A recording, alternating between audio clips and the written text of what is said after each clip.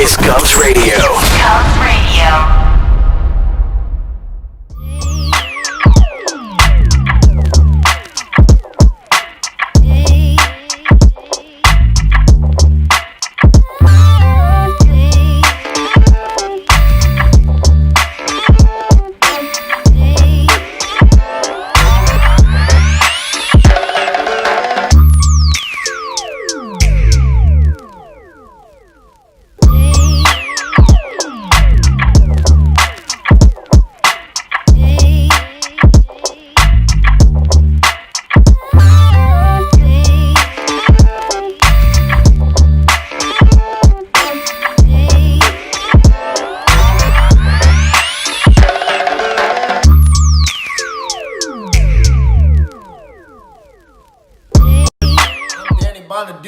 And you are watching Govs Radio. This is where you go if you want to see something or if you want to hear something funny.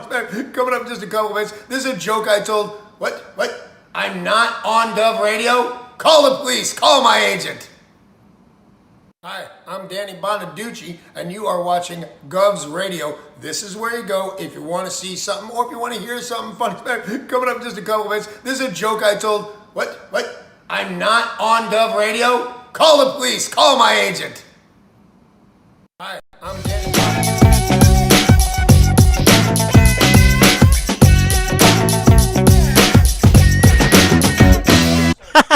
Okay.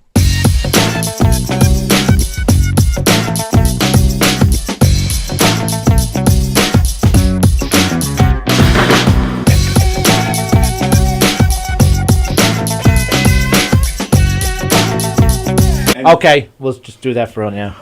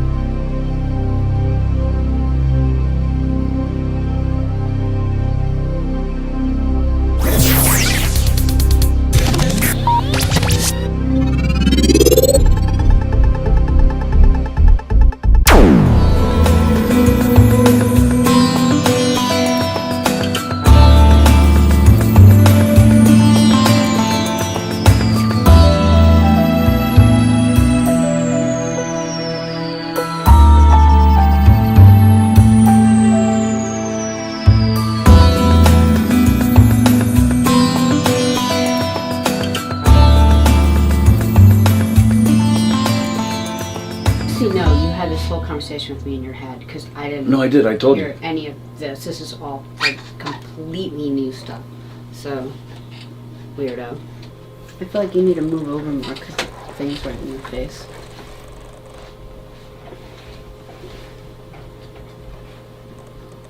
Ten seconds. This is Govs Radio. Govs Radio. Welcome, everybody. Welcome to the Knockem Dead Comedy Radio Show, coming at you live from Governor's Comedy Club, the legendary Governor's Comedy Club in Levittown. Thanks for joining us this morning. GovsRadio.com is the website. You can see our show there live right now.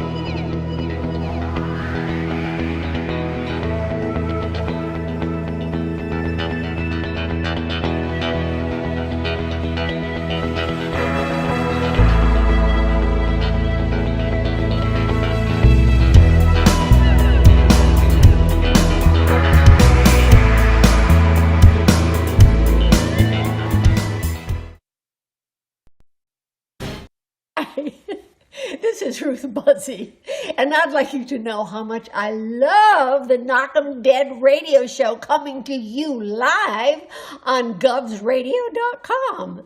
Oh, you make me laugh. You really do. Oh, please. I can't do this anymore. Hey, how do you say there, people? It's Johnny Brennan, creator of the Jerky Boys, also of Fox TV's Family Guy fame. I just want to let you know you're listening to Tony and Sallie on the Knockem Dead radio show. They're gonna keep knocking them dead, so keep listening, you wacky sons of bitch.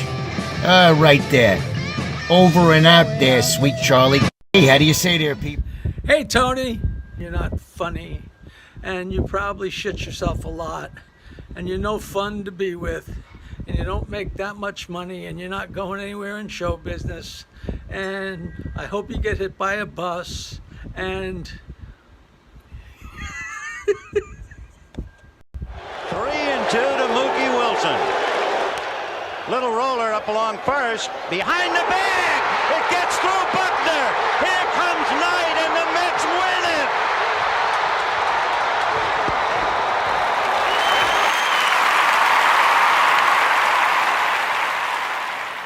Hello, Tony. Mookie Wilson here, 1986 Mets. How you doing?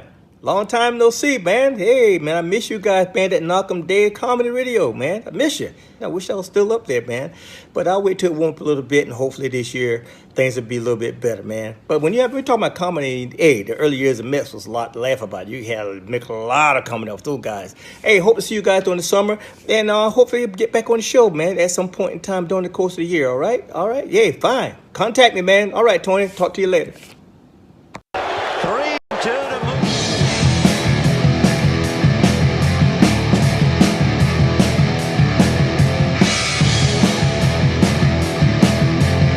Knockem dead.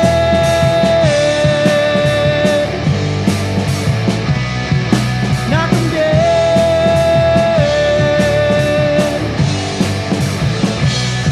Comedy show.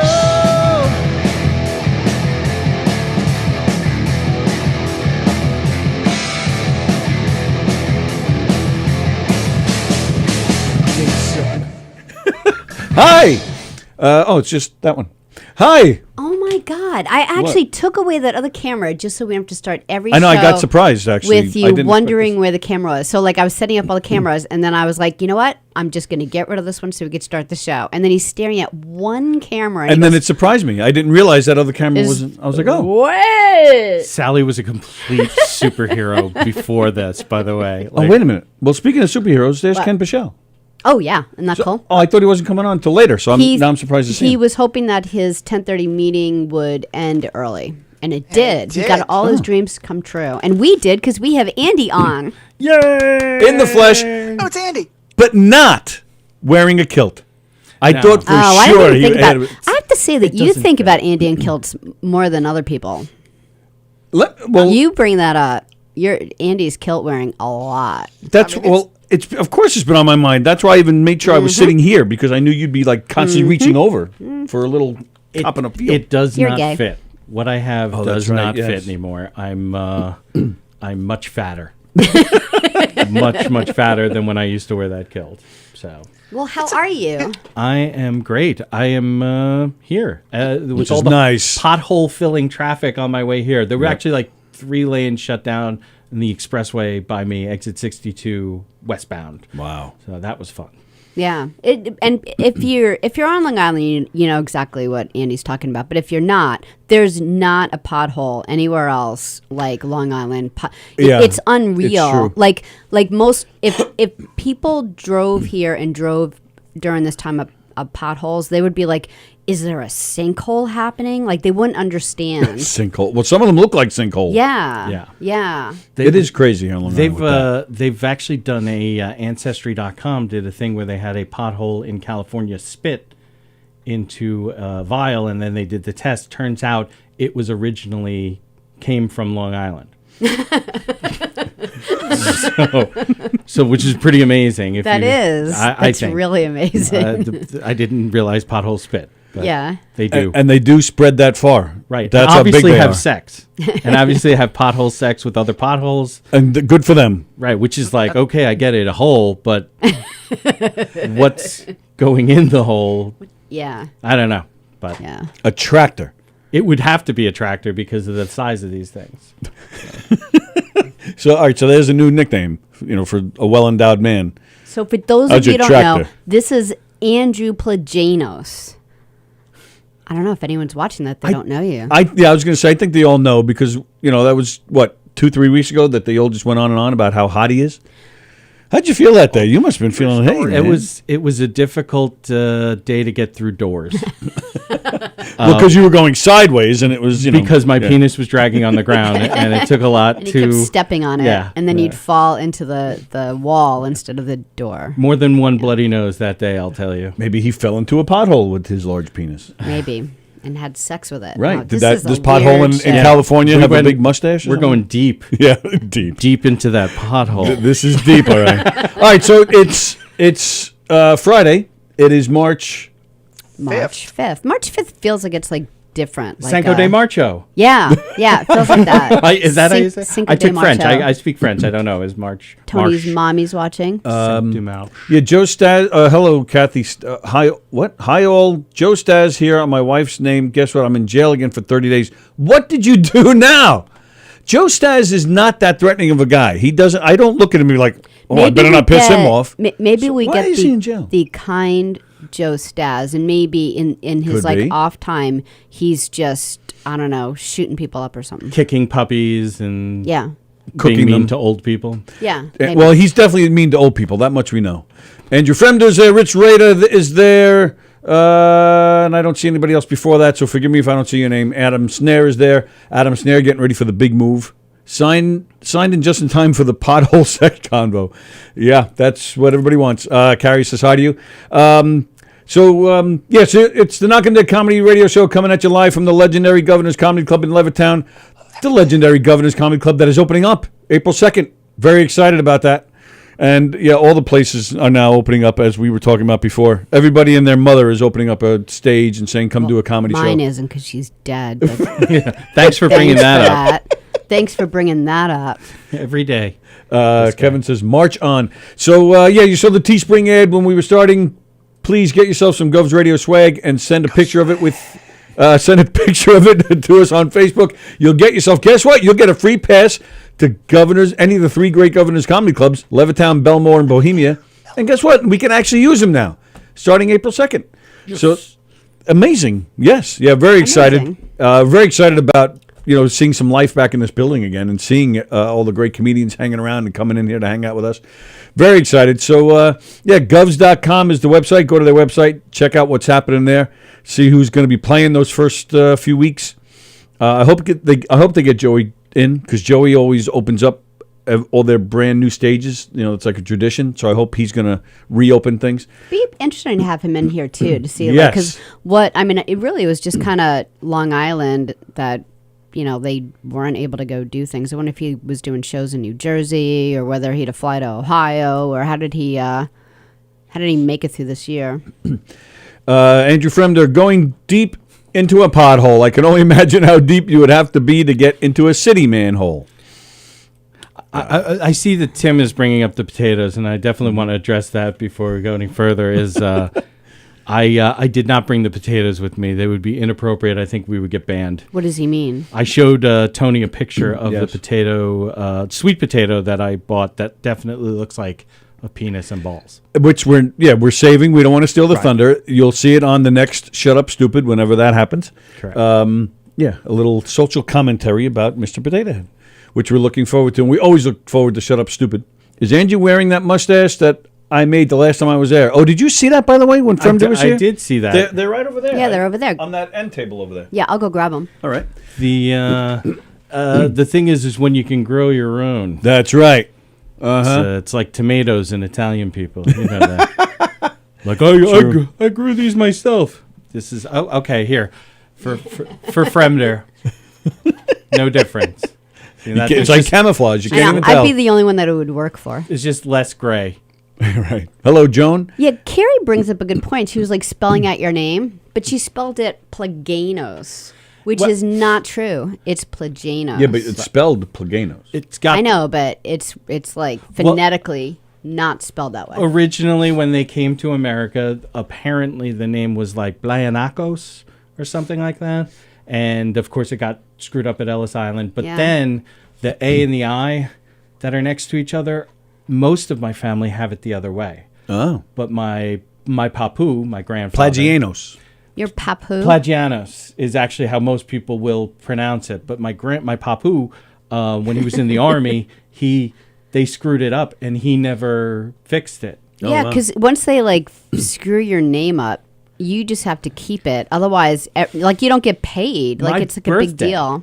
In the Social Security, like to file your taxes and to do it electronically, everything's got to be. It always popped up for many years with an error, and I would usually have to mail them. Okay. And come to find out that they had my wrong birthday. No kidding. Because the military swapped it No, around. it wasn't the military. It was actually whoever originally from my birth certificate when it was submitted to the Social Security No way, Administration. that long ago? Yes. So How did it not come up? Happened in 1975 or 1976, and it took me going to my congressman, and because I was going around going, hey, this is wrong. Here's my birth certificate, and they're like, yeah, no, everybody draws their data from like a hard data set, and that can't be corrected. Okay. So like anybody would draw from that. They would see my birthday as the 25th. I think they had it was added 10 days to my birthday, and that's crazy. It took forever, and going back and forth in the same day to IRS and Social Security. And the people there being like, I wish I could help you. I cannot help you. It's the system. And so the congressman, it was through an act of Congress that I can say. The Plagianos bill. That's right. Where people could have their correct birthdays. Plagianos bill of 2014 or whatever it was. Well, so when my family came over, From Ireland? They were the O-walkers. My mother's side, the Italian family that I grew up with, That you're not really a part of genetically. their name was Labue, Lobue, and somehow got messed up. And I swear this is true. It got messed up at Ellis Island. That it was then LePew, and that's the name. I swear to God, this is true. That was my grandmother's maiden name, LePew. That was definitely an Irish intake agent who was definitely like, I'll get you, you dirty wop. you know what? Fuck these dirty Italians coming over here. What can I do to really make their lives difficult from now on? Yeah, Le Pew, that's for sure. We're definitely getting with that one. Teach them at least a sense of humor, the pricks. Yeah. Nice. That was it. Go make something out of concrete, right? Le Pew. Are you gonna have a Mary on the half shell? Are you in the front of your house? How big of a Mary on the half shell are you gonna have there, laddie? Nice, but it's true. That was my grandmother's name. So before we go any further, speaking of Italians, Ray Abruzzo was on here yesterday. Very cool. That was a lot of fun. Yeah. Oh yeah, he was a lot of fun. Explain how the show ended. Right. So that's why I brought it up. I wanted to thank you guys for tuning in yesterday and apologize. And I'll tell you a funny story. So we were about to wrap it up anyway. We were maybe 2 or 3 minutes away from being done. I think I had one more question for Ray, but all of a sudden, boom, the show just ended. What happened was the whole building, the power went out. I don't think it was the building. I think it was like the surrounding area. Right. I do. You and Rich said you heard a noise. Yeah, because just before the power went out, I didn't hear. Everything went out. Like the hallway went out. All the lights went out, and then you heard that horn where it's like. Oh right. Yeah, and so I think it was like maybe. Are you sure it wasn't more of a? Or was it? Do the first one. That one. Okay. Definitely the whole block was out. Yeah. That's the whole block tone. The other one is just isolated to one building. When your air conditioner doesn't work. Well, the other one is an order actually from IHOP. It's a pickup order, and I don't think you guys would actually eat that stuff. I would. love IHOP. Yeah, I would. Now you're making me do hungry that, for yeah. pancakes. But so anyway, so the power went out. So the show abruptly ended with Ray Abruzzo. So we want to thank him for joining us. We had a great time with him.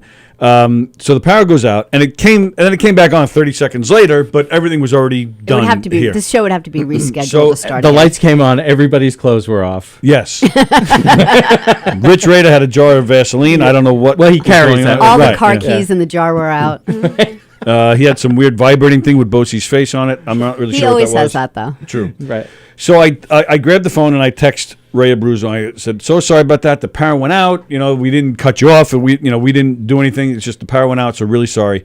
He writes back, "The show ended just like The Sopranos." Right. I was like, "That is genius." That's what I thought. It was like a meta.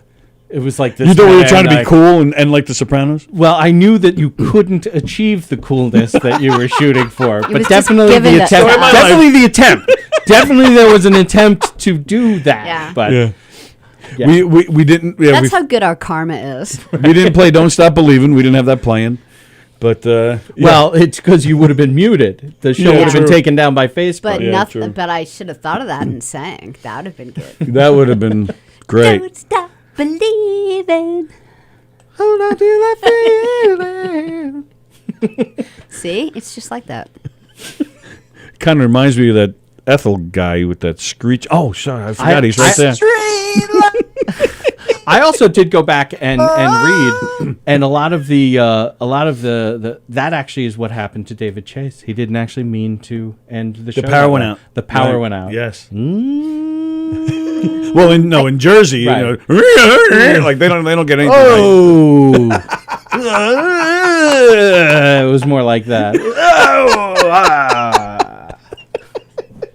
And then, but this guy's become my best friend, Ray He's Abruzzo. cool. He's Yeah, been I texting really me. liked him. He friend requested me on Facebook this morning. I'm like, I have a new best friend. I wasn't like really into The Sopranos. I Really? used to go over to my friend's apartment when it was on for new episodes on Sunday nights, and Yeah. we would cook like a big Italian kind of meal. Like I'd make fresh pasta sometimes, and so I used to make like a big batch of fresh Nice. pasta, and we would make different person would make the sauce. Keeps bringing up food. We're dieting. Well, I'm locked into my diabetes diet, which is terrible. But I can never have anything that I want. Anything Yeah. good? No, Even pasta. Yeah, It's exactly. Really, people don't realize that that's kind of sugary. But I never got into the show, so I didn't even know who the hell he was. But now, after having seen that, like I want to check out everything because he really seemed like there's really genuinely. I have an uncle who's an actor, not nearly even as successful as that dude. My uncle's much more into Shakespeare, but just to hear him talk about the theater the way he Yes. did was like so cool. And I'm like, yeah, like this is a guy who loves this. You're right. And when right. somebody loves something like that, it's really engaging, Yes. and you get locked in on it. So. Yeah, absolutely. It was really so much better than I had anticipated. I was thrilled. I was Yeah. thrilled. I was. And then he texted me yesterday when he said when we're allowed to travel again, he wants to come in. Oh, very cool. I was like, okay. So we're like 2 for 2 lately. We had Bill Champlin from Chicago. He wants to come in. We haven't had bad guests. Like Well, true. we really No, you're haven't. right. When was the last time Bosie was in? I sat next to Sally's Bosie like about to right really last answer. night. Yeah, things got a little serious on that show last night, huh? Yeah, Bosie was. There was an intervention, so we were helping Bosie. I only go caught back the through end his, 'cause I was on with Tom. childhood. Yeah. Yeah, well, that's how I caught the end that apparently he was. My brother also went through like having to go to the Husky section of Sweezies back in the day. Yeah, I think it was just so much like if your parent is making you feel bad, then that makes it a Yeah, that's thousand not times cool at all. worse. Yeah. Joan says it was an awesome interview yesterday. Thank you, Joan. And then there's Danielle right on below. And she's all excited to see Andy in the studio, as Yes, we she all is. are. Me Yeah. too. Damn, I'm attractive. I'm gonna go violate myself later. I thought you did already. Yeah, right. I said, yeah. What makes you think he's just a one-a-dayer? Sally on the message this morning was like, I'm just sending you the Zoom information just in case you weren't going to be able to make it in. I said, oh no, I'm coming, with the joke. And Ken, you were totally right that I was setting her up. And she's like, yay! And so I was like, I'm also going to be in the studio. Yeah.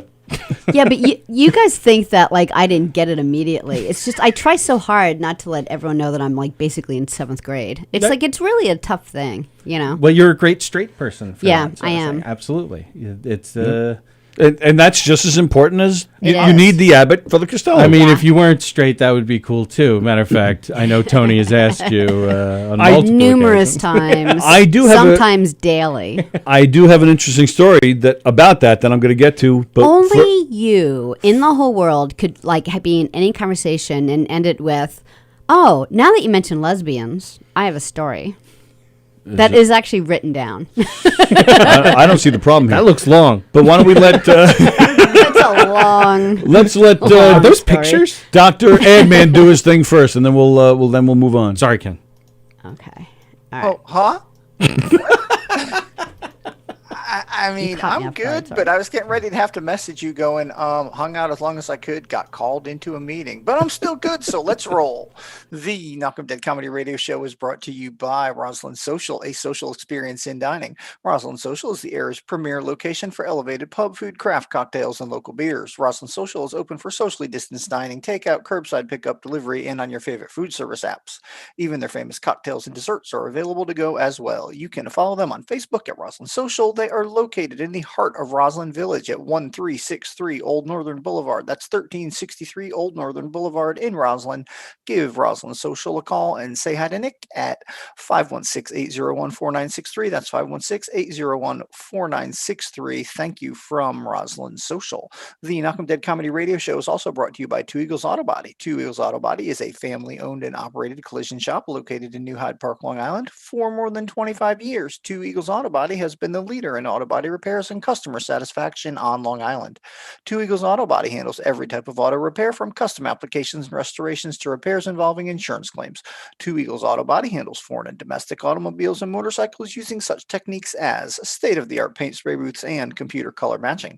In the event of an accident, Two Eagles Auto Body has their own tow trucks and will walk you through the process from start to finish. From tow through the insurance process to the return of your vehicle, Two Eagles Auto Body is with you. Two Eagles Auto Body is constantly striving for perfection, with your satisfaction being their number one priority. Two Eagles Auto Body is located in New Hyde Park, Long Island at 1818 Falmouth Avenue. That's 1818 Falmouth Avenue in New Hyde Park. Give Two Eagles Auto Body a call and please ask for John Rossi at 516-328-2527. That's 516-328-2527. Also follow them on Facebook at Two Eagles Auto Body. The Knockem Dead Comedy Radio Show is also brought to you by Gina Kajemi Coffin, licensed real estate agent with Signature Premier Properties. That's Gina Kajemi Coffin, a licensed real estate agent with Signature Premier Properties. 631-495-7696. That's 631-495-7696.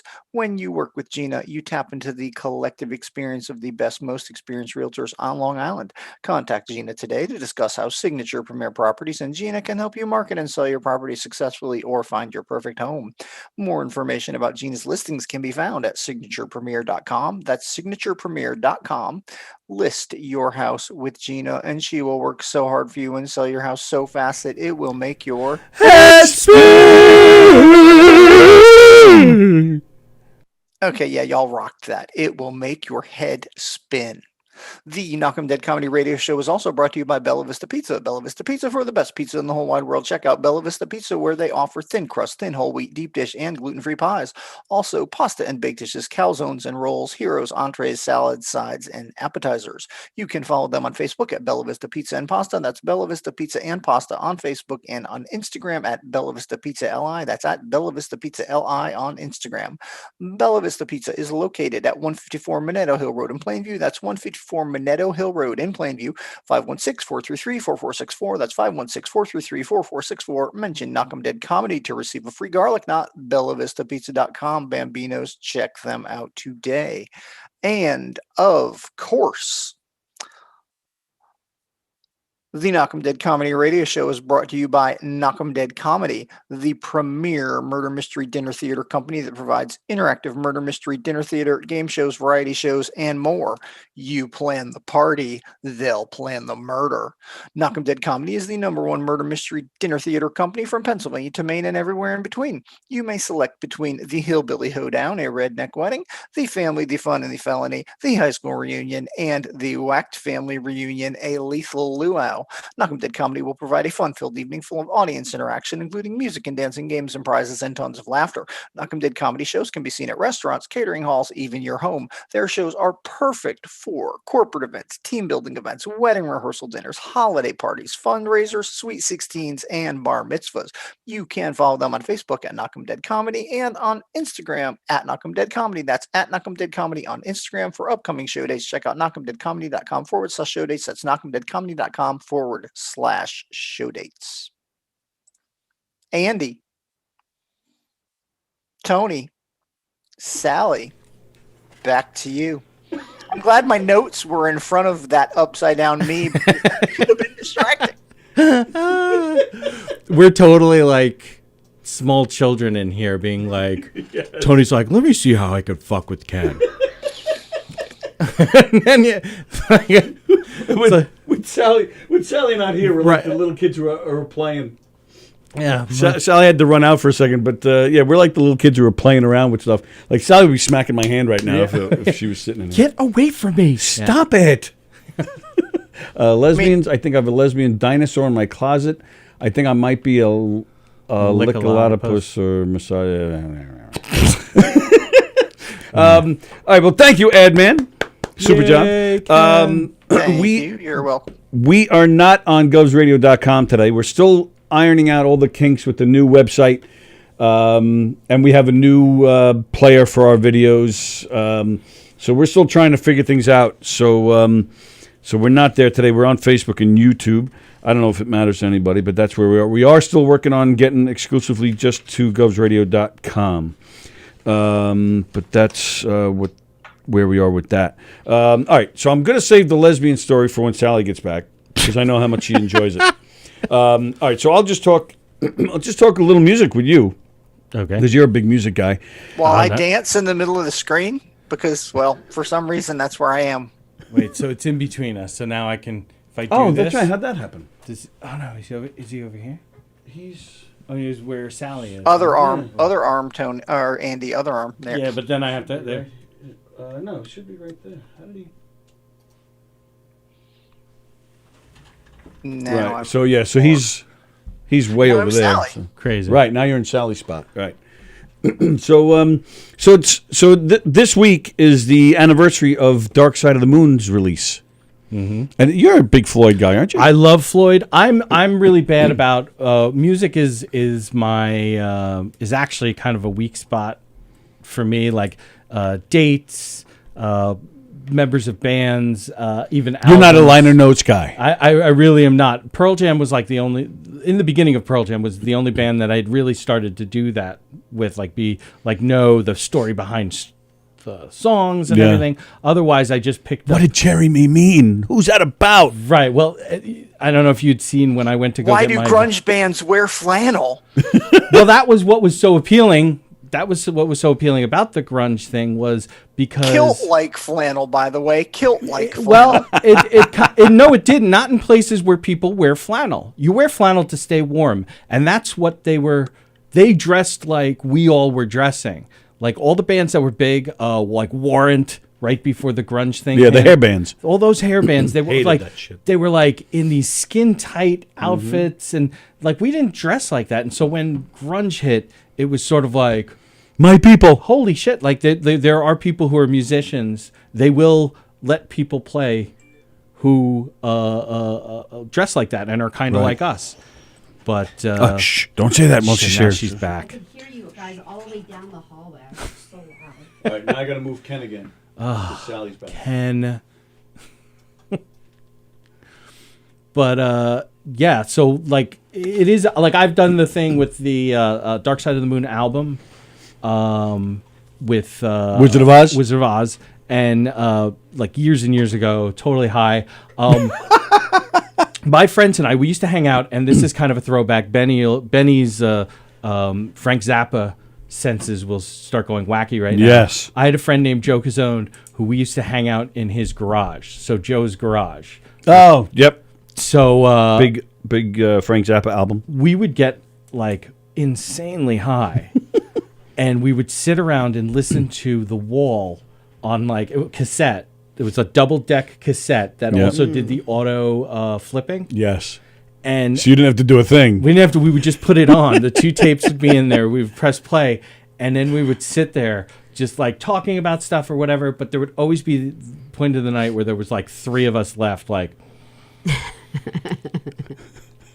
I love this part. Like it's like the 3rd time Comfortably Numb is on, Right. and we're all kind of.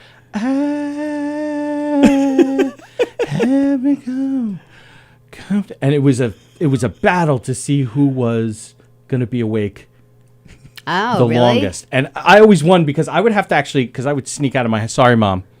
No, they knew because they had to replace the window that I used to sneak out of. Oh, boy. I bent the frame because I would actually like lower myself Right. from, but I would have to walk almost across the town, Port Jeff Station, from 347 to the bowling alley, basically like Old Town Road and 347 to the bowling alley, which is an insane amount of, like if it's 1 o'clock in the morning, Right. it's freezing out. Yeah. And what would happen is like halfway, I'd be like, I have to take a nap. Like this is just too much. It's too much. And I would lay on like a lawn. Really?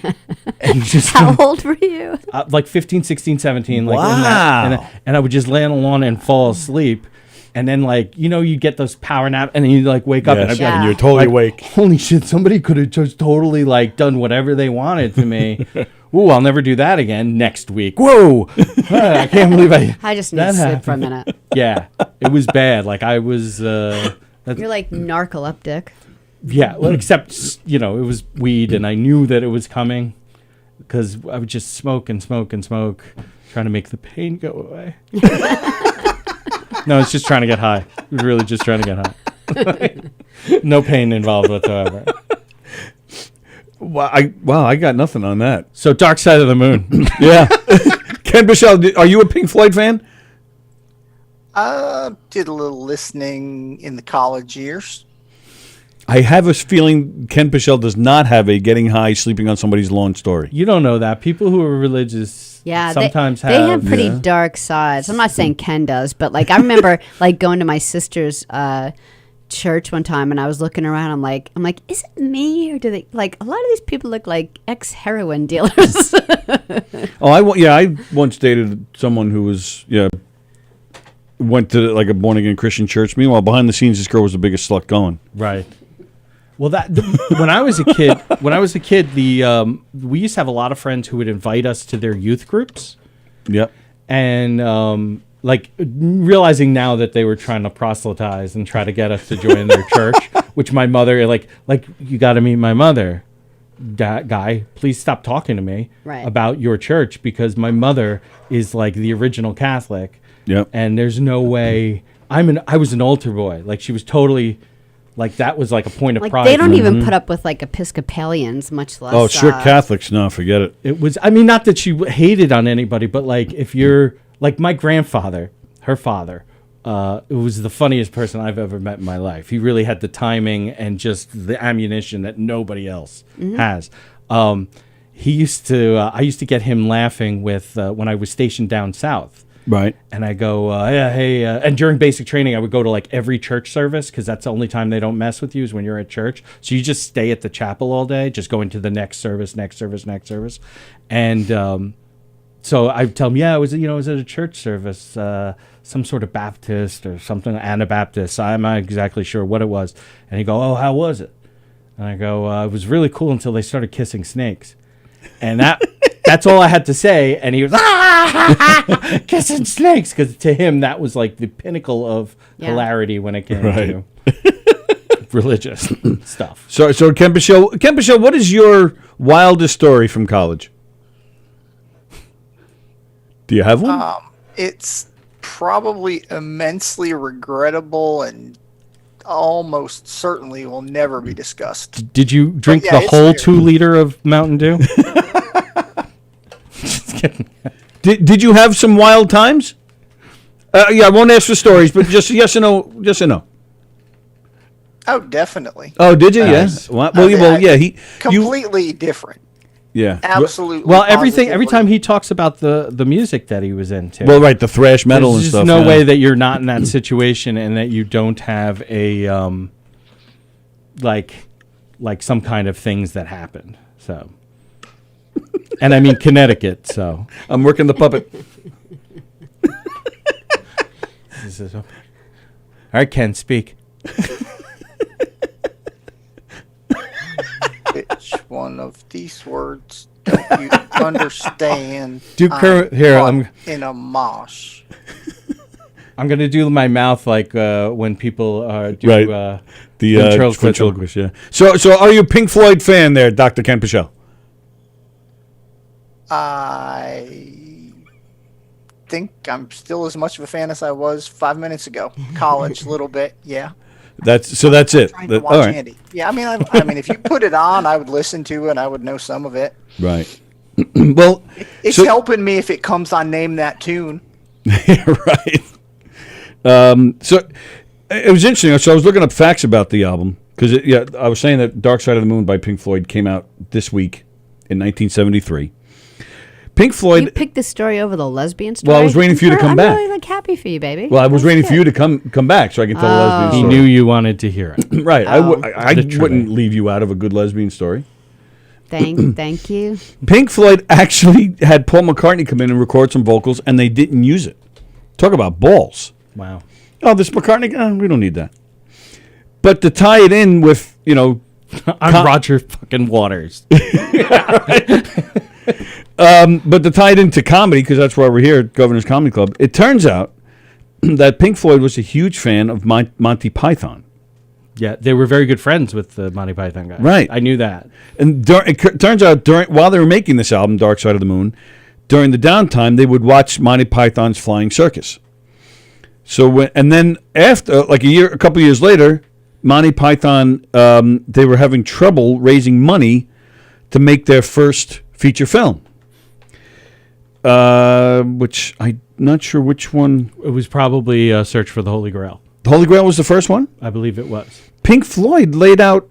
They laid out a little less than half. Only 10%. They laid out 10% of the money to get them started. Because George Harrison actually paid for most of it. I thought that was Holy Grail. That was he was also very good friends with them. He was Terry Gilliam. He was close to He was always kicking them money and always pushing them and whatnot. And you see him in one of the movies. I forget which one. He doesn't have a line. He's just it's a quick. Might be Meaning of Life. Okay, but I didn't know that. I didn't know Pink Floyd hashed up some money for Monty Python. I thought that was kind of cool. So that's why I brought it up, but I guess not. All right. So I saved the good story. So this is what we're wasting time for. I'm waiting. She's doing something. I'm waiting until I get her full attention because I have a good lesbian story here. Here I am. All right. All ears for your lesbian story. What's that? I think I better bow out. Oh, all right.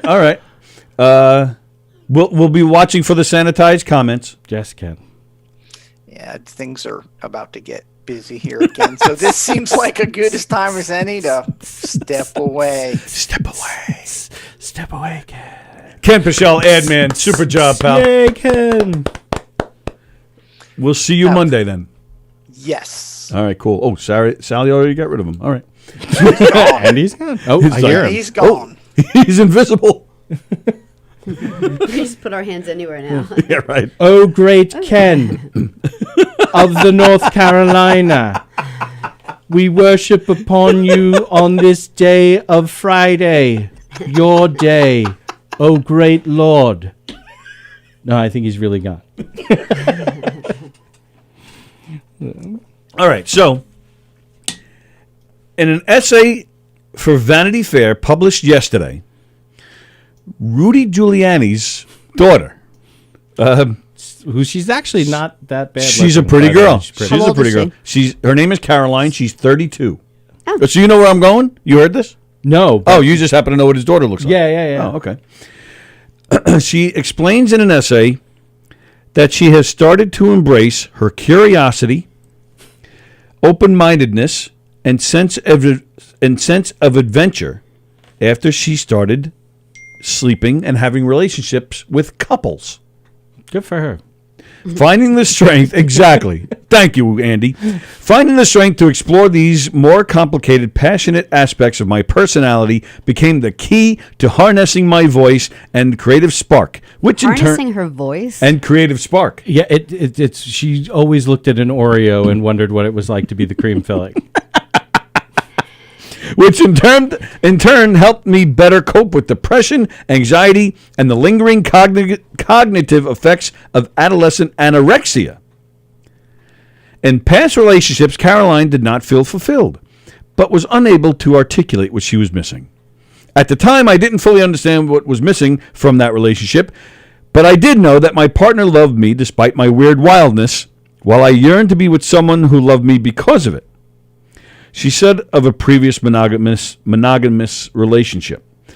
After that relationship, Caroline immediately began to make up for lost time. What you have to choose your words so carefully when you're talking about sex. I'm surprised that she went with anything that had filled in it. Right. But go on. She immediately engaged in lots of sex and other forms of unbridled self-discovery. That's what it says. Finding my wildness as an adult was much more peaceful. It was not reacting or crying out, but intentionally searching. She had known for some time that she was bisexual, but hadn't yet explored that side of her sexuality. After dating a couple and having a threesome with them, that heightened response to their energetic flow also started me on the path to identifying as a pansexual. Pansexual? Pansexual. Yeah, so sleep with everything. But right. So the problem that I always have when I hear stuff like this, and I get caught up when they say I was dating a couple. I don't have a problem with this at all, by the way. So were you dating them, or were you just having sex with them? That's what I asked too. And I asked Tony, I was like, does that mean like you're like, oh, I have to pick my girlfriend up at the bank because my boyfriend is in the middle of class right now? Like, do you think of it that way? It says dating a couple and having a threesome. Well, with that's them. what. So it's and, right? Right. No, and that's what I'm saying. Like, but really, like as a dude, I would. The last thing I want to do is be like, so where do you want to go to eat? And get through one, and then now you move to the next level of chickness, is what I'm going to call it. It's a technical term, chickness. Where it's like, oh, where would you like? Well, I'm not really feeling the tie that we settled on with the first one, and just be like, I can't do this. Well, maybe you man up. I went to school with a girl in Hicksville. She calls it polyamory. Polyamory, right. Yeah, polyamory. Yeah. This girl was one of 6. So her father used to throw all the kids in the car. They would go to McDonald's. They go to the drive-thru, and he would say to them, all right, what do you guys want? And they all yell out, I want a cheeseburger. I want this. I want chicken nuggets. He would then go to the drive-thru window and just, all right, give me 8 cheeseburgers and 6 fries. And he didn't even listen to what they want. Nice. He just ordered whatever he wanted to give them. And maybe that's what you got to do here. That's confidence. What do you want? I want Thai. I want Chinese. Yeah, but you're not all right, we're going to Major Steakhouse. But you're not going to go get to the threesome part by doing that. You know what I'm saying? Like, well, make sure you order wine with whatever the dinner is. I'd be like, hey, Caroline. Here, just to make it more believable. Oh, yes. Get Caroline on the phone. Hey, Caroline, before you come over, eat. There you go. Right. So I don't want to have to deal with that level. Is it cold-hearted to then just say, you eat before you come over and I'll pay? Yeah, bring the receipt. I'll like reimburse a you. whore. Your Venmo hasn't changed, right? Venmo's still the same, or this is back in time, so probably PayPal in this imagined bit. So your PayPal's still the same, right? Okay, good. She's a hero, is what she is. Director too, or something. A director? Of yes, what? she made like a documentary. She's an American filmmaker and a political activist and writer. I am attracted to people based on their presence and energy, regardless of their biological sex, gender, or gender identity. Bosie's got a shot. She acknowledges that her open way of being has resulted in her being slut-shamed, but also has caused her to realize she is empathetic, radically open-minded, profoundly adventurous, and fiercely committed to telling stories that reduce the stigma surrounding sexuality and mental health. including this one right now, she Well, says. she's no dummy. She went to Harvard and, oh, wow, interesting. She's a Democrat. Yeah, no, she's before, right when everything was getting really hot and heavy, there were a couple of news articles that kind of referenced her and whatnot. But, yeah, anytime I ever hear about anybody having a daughter, I absolutely actually go look them up because I want to see what's in store for my daughters with how famous I am, how they're going to deal with it. Well, like I've heard of people. It's like being Dracula's daughter. I've heard of people like joining couples to do threesomes, but I haven't heard of people making that, a full relationship. Oh, really? You've never heard of that before? Do you know of anyone? I do, as a matter of fact, who I'm not naming. It was a guy that I know And that he had a relationship with a couple? Yes. I'll tell you later. Okay. Yeah. I do. I know a guy who did it. In fact, he might actually still be doing it. With the same couple? Yeah. Okay. I'm not sure about that, but I think he might be. Is he from Hicksville? I am not telling you where he's from. Probably. Everything comes from Hicksville. That's right. Starts in Hicksville. Duh. Caroline should come to Hicksville. Before I started living the unicorn life, what does that mean? Is that a sexual term? It's more of like I'm special and rare. Oh, and okay. whatnot. Like it's usually those sort of connotations packaged. Before I started living the unicorn life, I wouldn't have had the confidence to list those qualities or even feel certain that they are positive traits. She concludes by saying she hopes by sharing her experiences, it will help shine the light on the misconceptions of what is it? Polyamory. Polyamory. So Comes from Greek, so I'm obviously an authority on that. So she wants to share her experiences. Well, East Setauket, New York. It's on Long Island. It's beautiful. 5 minutes from the beach. It's a sound beach, but at least there's no big waves that'll pull you out to sea. No sharks. How would your wife react? Honey, this is Rudy Giuliani's daughter, Caroline. She's here to. She's interested in going out with us tonight. I think she would be like, "Why the hell does she want to go out with us?" Would be like the first. Would she tell you to stay home and then go out with Caroline? I'm sure she would probably like Caroline more than she likes me. Because Caroline sounds like a cool and interesting person, and I am a suburban dad who does comedy as a hobby. All right, but I think you would agree with me on this. I think Probably not. No, I'm going off the. I don't even know what you're talking about. Yeah, I think you're gonna. If I said to you, list people that you know, list the 3 coolest dads. I bet you he's the top of the list. Oh yeah, totally. Yep. Well, coolest. Yep. Yeah, absolutely. Well, I yeah. appreciate that. Yeah, I would. So I went from lesbianism to, a nice Greatest moment, dads. a nice Walton's moment. Dadaism. Daddyism. I was in a book club once, and there was one, and we did all kinds you did. of books. Yeah, but like really like good books, and everyone got to like pick. Whoever was hosting got to pick the 3 books, and then we all voted on which one we wanted to read. And this one book won, and I was like, and it was the name of the book is actually called Open. Yeah. Yeah, it is.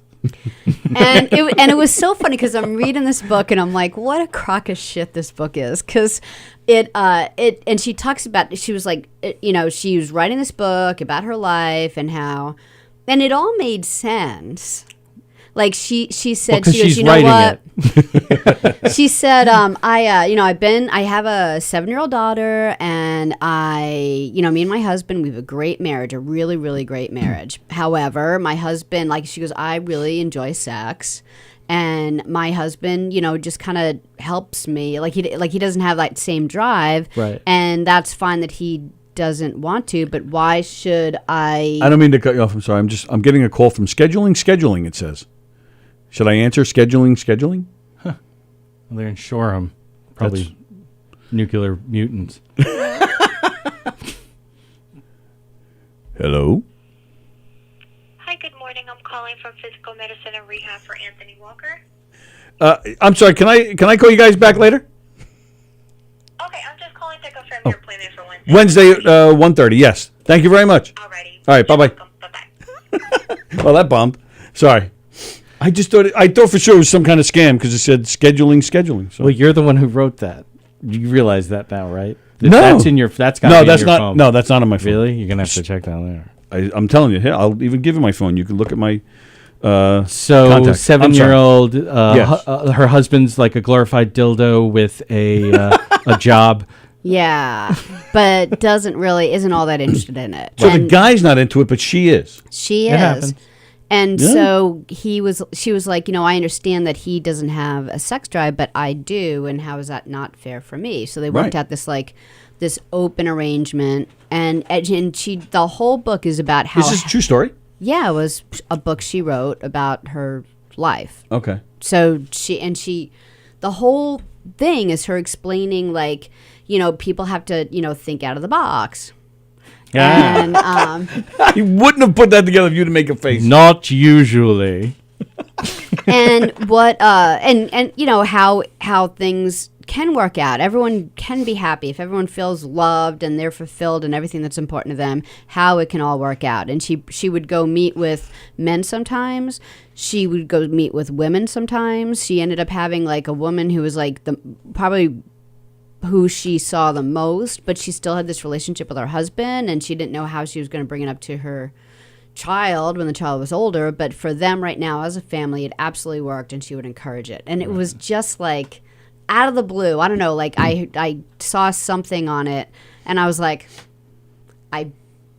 before I even typed, and I think I even told you this, like before I even started typing, I was like, I bet a quarter they're divorced. No question. Yeah. And she was like, isn't this great? And I type it in 2017. He filed for divorce. Right. And in the filing, it said she's being a whore. Yeah. Because she's a whore. Right. Yeah. That's his main reason. And to be honest, there's the book was submitted as evidence. It's the only thing. He's like, I don't need to testify. I don't need to call any witnesses. She doesn't see her children anymore. I saw that Danielle Asher referred to it as a thruple, which, to be honest, I grew up thinking a thruple is it when you got hit a triple in a game, but you also had an unassisted triple play. Is a rare thruple. A thruple. It's a double triple. Right, yeah. Sounds like I'm lisping. Thruple. It Sounds like Mike Tyson is talking. It's a thruple. Suffering succotash. I hit a thruple. A thruple. Let's go back. Let's see what's some comments here. Let's see. Wow, a lot of comments. All right, let's see. Hey, he is not narcoleptic. How do you know? At least after you passed out, your ass didn't hurt. Yeah, did that ever happen to you when you woke up on somebody's lawn? I mean, I was walking a lot. I don't know, hemorrhoids, things like that. It was. Anybody ever cutting their lawn? No, I mean this was like 1 o'clock in the morning. This and Port Jeff Station, where I guess nobody cared that there was kids. Yeah, right. Laying on their lawn. We're getting a call, huh? Ooh. You are live on the Knockem Dead Comedy Radio Show. Who's this? Yo, what's up, Tony? DJ D Love. Hey, DJ D Love. What's up, Andrew? What's happening, my man? What's going on, pal? Not much, man. What you doing? I'm just chilling, homie. Chilling like a villain? Yeah, I actually told me I got some good news. Oh, what's that? I saw my husband this past week. Hey, you did? For you. Yes. Very nice. Yep. Well, he came to you, or you went to him? I went to him. Wow. And how was it? Good, actually. We're gonna see each other, like, so close. But I shoot fireworks off for him and stuff like that. It was nice. And it's been how long since you've seen him? Probably closer to a year, right? Almost a year, yeah. Wow. So did you cry? No. Did you? I just had a blast. It was nice. I bet you had a blast. I bet you were sucking face. No, actually, it was nice. And then at least it was nice to see him. Oh, of course. I bet it was. I'm happy to hear that, pal. Good for you. And tell Dorian we said hello. Actually, I'm gonna go see him. I'm gonna go see him again, and this time we're gonna go on. This time, this time, if I go see him again, I gotta let him know ahead of time. Then I can go see him. I can go on his porch and hang out with him, stuff like that, for a couple hours. All right, sounds good, man. I'm very happy for you. Is he still in I Brooklyn? got a phone I got a phone too. Actually, Nice. it's phone just for the weekend. Start with the weekend. Sounds good. Let's do it. Here you go. Yo, my name's JD Love, man. I don't care where we're going, man. I was in New Jersey for the week, man. It was very nice, so nice, man. I had some pizza on Tony, man. It was so good, phenomenal, man. It was delicious. Yo, Andrew, I had a bagel, man. Oh, yeah, I just hung up on him. You just hung up on. Figures. He mentions me. Sallie can't handle it, and immediately dumped the call. It's all about you, Sallie. I get it. Well, your mic was off. Who's on the line? Joe Stiles. Oh, this is your one phone call calling from your cell? Joe, if you're not rapping and mentioning me, we're hanging up.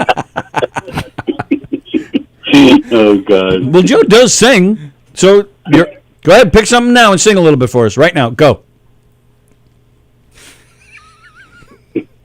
We're waiting. I can't sing. Yes, you can. You've posted videos of yourself on Facebook singing. Yeah, I know, with Engelbert Humperdinck. So go ahead. We'll take it. Go. Sing right now. Believe me, a name like Humperdinck, it's totally in line with what we're doing I'll today. sing after the 11 because I'm in jail now, you know? So I'll put you to sleep after the After lovin'. the 11. There it is. I sit back on my ass. I don't remember that part. So how you guys doing, all right? We're doing all right. What are you in jail for now? What did you do?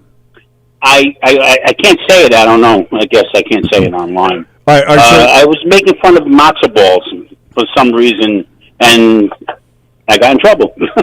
and this was on a page, or was it your profile? Where did you type? No, it was on on Facebook, on my page. Joe, since you're a chef and it's coming up, how do you get the balls off of the matzah?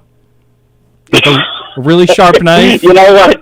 Or Andy, I don't know that. I don't know. You just get them, right? Yeah, I just get them, yeah. I don't know. I love them, but I don't care where they come from. All right. Well, so I just wanted to call in to say hello and have a good weekend. You too, pal. When do you come out of jail? 30 days. 30 days. All right. Good luck. Yep. And be careful as Bubba tries to have his way with you in jail. Yeah. Oh, my mother-in-law just said she's got to cook for 30 days now, so she's screwed. Well, isn't that every 30 days? I mean, she cooks. Yeah, it's every day. Yeah, 365 days a year. Aren't we in Lent anyway? Like, shouldn't she be cooking? Hey, it's great over here. All right, Joe, have yourself a great weekend. Thanks for checking in. You too. Thank you. See ya. Bye-bye. All right. Speaking of George Harrison, I think Yoko Ono might be calling in today. Oh, God, I hope so. No, they're not. Wait, you put a stop to that? Well, they're doing Yoko Ono, no. Come on. Well, that's my favorite joke of all time is that that your man, whatever his name, Mark David Chapman, is that it? Yeah. That he shouted John Lennon to make sure that it was Yoko Ono that he was with, and then he missed. That's always my favorite. It's always been my favorite. I don't like. Okay. I don't. Jeff Posey's all excited to see Andy. Elizabeth says good morning. So she was swinging. Yeah, a pansexual sounds like something that would cook anything. I like trisexual, says Carrie. Wow. Well, pansexual would be more like you'd have sex with anything you cooked. That makes a little more sense, I think. I was getting a bit concerned, says Fremder, that I might have to call in to a work meeting before getting to do the ads. Okay. Oh, Pichelle. Sorry, I thought that was Fremder. I might have to call in to work. No, we got you, Ken. We got you. I used to date someone in Hicksville, so yes, a lot of things do come from Hicksville or in Hicksville. That's from Fremder. The topic of sex drive is very touchy. Just make sure you keep your hands on the wheel and your eyes on the road. All right. Danielle is a narcoleptic. So's there's somebody in comedy, a female who's also a narcoleptic. I don't want to mention her name because I feel HIPAA. Not that I'm a provider, but Nikki says she is too. Wow. Oh, wow. Narcoleptic people don't sleep. They just check their eyelids for holes every now and again. Is Yoko Ono allowed to call in? She wasn't allowed the other day, and she just mentioned it to me. How do these people get so many calls when they're in jail? I thought you were only allowed one. Well, that's the call. Right. So, but I don't understand. We just had Ray Abruzzo, and now the natural progression here is to have Yoko. Why? How's that the natural progression? Well, if I have to explain that to you, well, you can just forget it. It's over. I forgot it Look like at 5 minutes Oh my ago. God! Now I'm in an episode of Domestic Disturbance. I'm leaving. Like always that awkward, like, I think that might have been their last show. Like every time I'm like finished when they watching, start I'm drinking chamomile, you know it's Right. going to be a big one. All right, so you have the newspaper. Is there something you wanted to share? No, or- it was just in case we In case you really were got bored, up, you got up figured- against it. Yeah, I always like to do the sort of humorous like oh hi, how's it going kind of things. You actually got me. You did that last week here. Yeah. When you were on the Zoom. Yeah. And the show started with your face, and you did that. You went, oh, I'm on the air. And Well, you totally got me. Well, I was playing. Yeah. That's what was happening, and Yeah. and I was like, oh shit, like. Oh, so it was real? Yeah, no, I Oh, it really was didn't real. know that Oh. because I do find with performing, particularly comedy, it's always really nice to actually spend a part of the day playing guitar and singing, and then getting into interacting with people and whatnot. I think it unlocks that part of the brain a little bit, and so that's often Interesting. That's cool. Yeah, it's cool. It's very easy at home to join the Zoom, nobody's there, and then just start playing. And normally, I'm looking up every now and then, and it must have been I started that song, and there's a bunch of songs that I've just started trying to work out, and so my attention is completely on my phone as I'm like, oh, and it was like the I show was actually cracking up at started because normally I'll hear one of you guys like, Right, yeah. press that button. Why isn't that working? Oh, that's not working. That's broken. Switch over to YouTube. And I'm like, and I can hear it. I'm like, oh, okay. But yeah, that time, no. That time, no. And not going to have to happen in any kind of regularity anymore because I got my shot. Woohoo! Got my Oh shot. yeah, both, right? Or just the first? I just got the first. The second one is on the 20th of this month. Okay. And Where'd you go? Javits. It was like a dream. It was like Where's that? super on the Javits west side Center. of In the city. Manhattan. Oh, I It's don't a big know where it convention. is. It's the big convention center. Every town has a convention center, and the Javits is the convention center of Manhattan, where it's just this gigantic space, and it is really well run, actually, with the National Guardsmen and all the medical people. Everybody was just like super sweet and nice, and In and out, no problem? in and out, no problem. More parking was definitely much more of an issue. Yeah. than- Oh, yeah? Yeah. Well, I mean, I have a huge truck, and it's stupid to try to, but I'm like, I just want to get in and get out and Right. not have to worry about a train Yeah. and then whoever's on the train with you. Right. Yeah. Because even though I imagine you don't have like your drunk, psychotic people that you would normally have on the Long Island Railroad, the subway I'm sure still has them. So even the drunk psychotic people would be worried about catching COVID? Well, they don't have events that they get to go to. You know, like Yeah. like it's classic to Islander Ranger games. Yes. I've never been to an Islander Ranger game at the Garden, but I've hung out in the city or done some like comedy stuff, and then been on the train after an Islander Ranger game. It's Yeah. nuts. and Or the Mets. It can you know, get when there's a really- Mets game. No, but, those guys are always sad. They're Right, just yes. usually sad and trying to get to sleep. And The Islander Rangers, it's completely different. yeah, animal. no, it's a different vibe Absolutely. because people are like, Guys are just like sad. there's a bullshit hit on this in the second period. Fuck yeah! Like and Yeah. and then it escalates, especially back in the day when the trains out to get out by me anyway. You had the area you could stand outside, the kind of semi-closed-in areas, and that's where the businessmen would be drinking Oh, and yes, smoking. yes, yeah. It became the de facto smoking area. That used to be like, I'm not going out there. Like as I smoked, and I was like, I'm not gonna go out there because something's gonna happen. Somebody's gonna end up getting thrown off this train. Yeah. Oh, yeah. Yeah, hockey fans are, they're a whole other level of fandom. Yeah. Well, it's sad that Ken is gone because I did want to give him a Ken little died? bit of heck.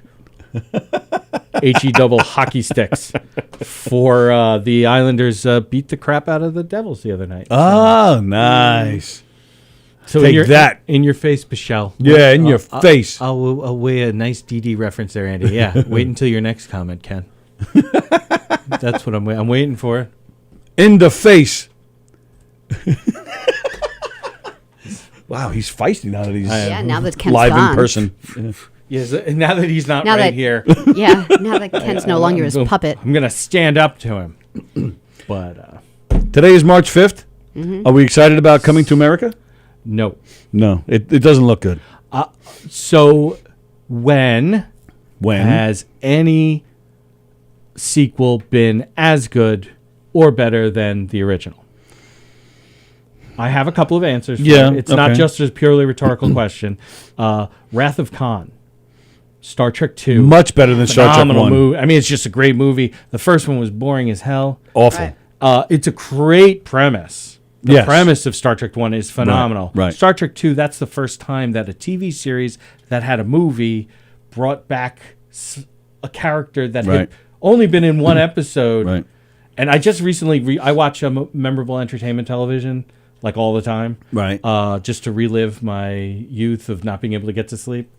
But they run like Twilight Zone. Saturdays also with Buck Rogers. It's where I watch Buck Rogers. Aaron Gray. Svengoolie has a movie. Then it goes into Star Trek, the original series. And then Buck Rogers is right after that. And then Kolchak, the Night Stalker. You may or may not have ever seen that. It's the father from The Christmas Story. It plays a reporter who investigates paranormal. Matter of fact, David Chase was a writer on that, and the X-Files is completely based. Oh, really? Yeah, I can see that. He drew it was only one season in like 1975, 76, but it's a really cool sci-fi. But Star Trek, I just recently saw the Khan episode. Really cool to see, and then Star Trek 2. Who knew Ricardo Montalban was so cut? He's very, very, I don't know how you say, masculine. See, I was just actually saying to the guy at the bus stop, the other dad at the bus stop, that, like, to me, most people think of Ricardo Montalban, who's like a Gen Xer, like all of us, would be like Corinthian leather. Yeah. Right. But I go to, I've hurt you, Kirk, and I wish to go on hurting you. I will leave you as you left me. Buried alive. That's where the Khan. That's The iconic scene, right? That's the line that sets up the Khan line. Sure. So it's a phenomenal movie, and I mean, it's got aspects of Shakespeare in there. Like even doesn't matter what level of engagement you have, it's a great movie. Empire Strikes Back, as good, if not better than the first one. Yes. What movies are these? These are sci-fi / fantasy movies. Godfather 2. Godfather 2. You think Godfather 2 is better than Godfather 1? It's Just as good. Just as good. I would Sure, say that I'll give you that. Because they did something different than they did in The Godfather, which was they had the flashbacks. Right. Like throwing that in there, like as a film, really cool what they did, made it interesting and engaging. Right. Not a comedy. When has a comedy? comedy. Oh, a comedy. Now, I asked the first question, a movie, and I want because I'm making an argument. Okay. This is so I have a plan, like it's a structured logical argument. So second comedy, I can't think of anything that's as good or better, because you can make the mistake of saying something like The Spy Who Shagged Me was a decent movie, but it wasn't as great. It wasn't as as the first good one. as the first. The first one just was like. How a little about the bit- Shreks? Shrek, and I think animation may end up being kind of an exception. Like Toy Story 3. Well, it's not really a comedy, so it doesn't really count. And that's what I'm saying. Like, no Yeah. matter what All you right, end all up right, getting all right, to, because there are absolutely movies that are as good, if not better, than Comedies, do they do a lot of sequels? Hangover 2. Hangover 2, the Yeah. Beverly Hills Cop. Beverly Hills Cop, which Beverly Hills Cop 2, It was good. it's really good, but the first one just is so... But going back to Austin Powers, I think The Spy Who Shagged Me, was, in my opinion, just as good as the first. Okay. I thought it was that good. Wait, who's the girl in that? Heather Graham. Yeah. Roller it Girl wasn't as from... good The first as one the was- first one. First one was so much The first better. one was what, Elizabeth Hurley? And listen, or- it goes to Yeah. people's specific tastes. I think aggregate, if you get most people, you will find that comedies cannot live up to, and it's rare that any sequel, though I will say Deuce Bigalow, European Gigolo, was pretty hilarious. I do love my Deuce Bigalow. Oh. But any sort of sequels are not going to. So this has a mountain to climb to begin with, and then you have that it's retrofitted. Like a lot of the times, people come in with already an idea of like 2 movies. Right. What's the one with Danny Glover and Mel Gibson? Lethal Weapon. Lethal Weapon, action I movies. think. Oh, action movies doesn't Those are really action count. movies. That's true. Yeah, it is. They have funny 'Cause parts to them. Their second and it was third were pretty great. Terminator 2 is a better movie Yeah. than Terminator. Though you can again, it starts getting to a logical thing. This is mathematical. It's nested. You cannot have the second one without the first one. Therefore, the second one almost can never be greater than the first. But Right. with Star Trek, the first is actually the TV series. So, in the case of Star Trek, they're able to pull it off. Okay. You got me thinking. I'm trying Yeah, to think I of a think you're good right. comedy that had. And they're already saying, I was looking up on Rotten Tomatoes about the movie you guys are talking about, and they were saying that it's just, all they did was like rewrite it. Yeah, they're just going for the nostalgia of it all, and Yeah. people our age are going to enjoy it. Right. Enjoy seeing those characters again. And that, but that's what's always really Didn't funny. get good ratings. It was like it was like 54 or something on Rotten Tomatoes. Well, so one of the defining factors of Gen X is that we recognized that we were being sold things from a very early age. Like everything was about them selling us things. Right. And so what is it now that we're adults? They're selling us back all of the crap that they sold us to begin with. Yep. Yeah. Like any kind of like nostalgic kind of thing is going to be absolutely. So I hope it does well. I mean, not hearing great things from everybody. Yeah. But I hope it does well because everybody involved are good people. Oh, the vacation movies. That's a good one. The second one was decent. Yes, well, that's European Vacation, and they did something radically different.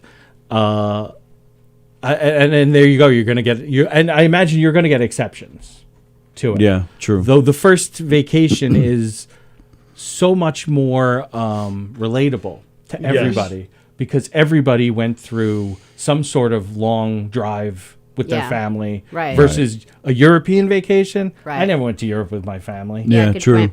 So the relatable parts. Did they write funny stuff? They sure did. All right, so let's switch it up. What do you feel were the worst sequels? Worst sequels. Could be any genre. Comedy could be anything. Critters 2. There's a Critters 2. There's any. But you gotta love the first one because you can't love Critters.